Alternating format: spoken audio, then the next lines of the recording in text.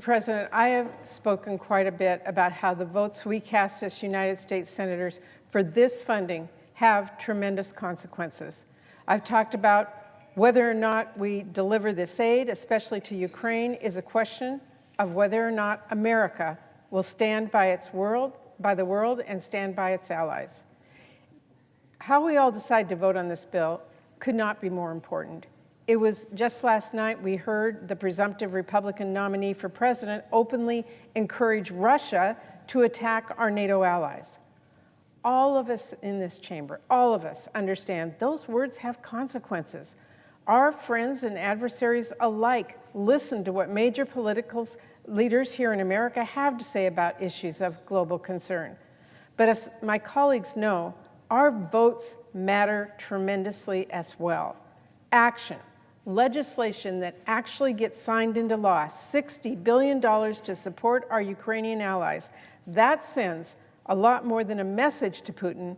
It sends badly needed ammunition and weapons to Ukraine so they can put an end to Russia's bloody invasion.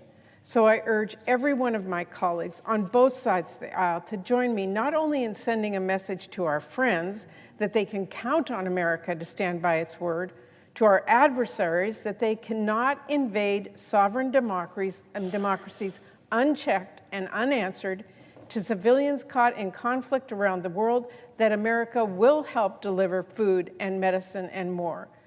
But to join me and vote against this tabling motion so we can finally take action and show the world that Congress is united when it comes to American leadership and resolve on the world stage.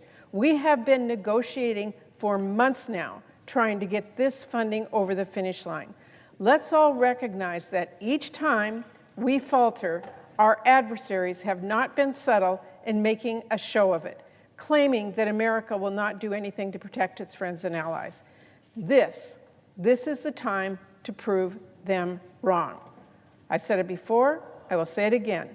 Those of us who understand the gravity of this moment are ready to stay here as long as it takes to get this done. I hope we can soon come together quickly and get this to the finish line as soon as possible. Thank you, Mr. President.